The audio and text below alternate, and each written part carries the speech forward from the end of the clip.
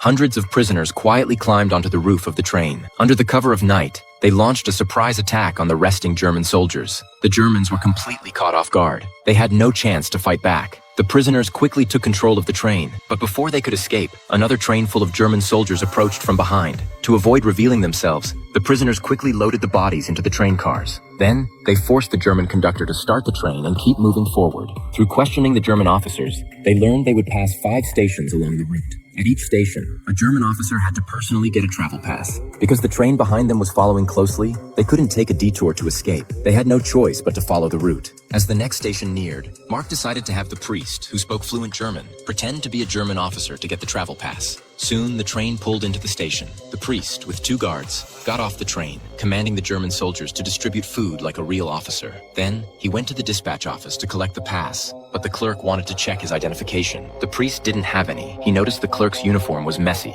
He shouted at the clerk, berating him for breaking military rules. Intimidated, the clerk handed over the travel pass respectfully. Back on the train, the priest collapsed from the stress. Mark realized they might not get such luck next time. He decided to request a detour at the next station to lose the German train behind them. They soon arrived at the next station, but an accident occurred while arranging the detour. A German agent noticed Ryan was wearing a U.S. Air Force watch. The fake officer quickly lied, saying Ryan had shot down an American plane and the watch was his reward. He raised his voice and told the agent to back off. Seeing his strong attitude, the agent didn't press further. They managed to change the route without major problems. The train, carrying over 400 prisoners, headed toward the German border. But the temporary detour caught the Germans' attention. They immediately sent fighter planes to intercept. The prisoners on the train saw the Alps. They thought they were about to escape Germany and started celebrating. But then the German planes appeared, dropping bombs continuously. The prisoners fired back immediately, with tunnels and caves along the route. Both sides reached a stalemate. Suddenly, the planes flew ahead, bombing the mountains in front. Huge rocks fell onto the tracks, blocking the way.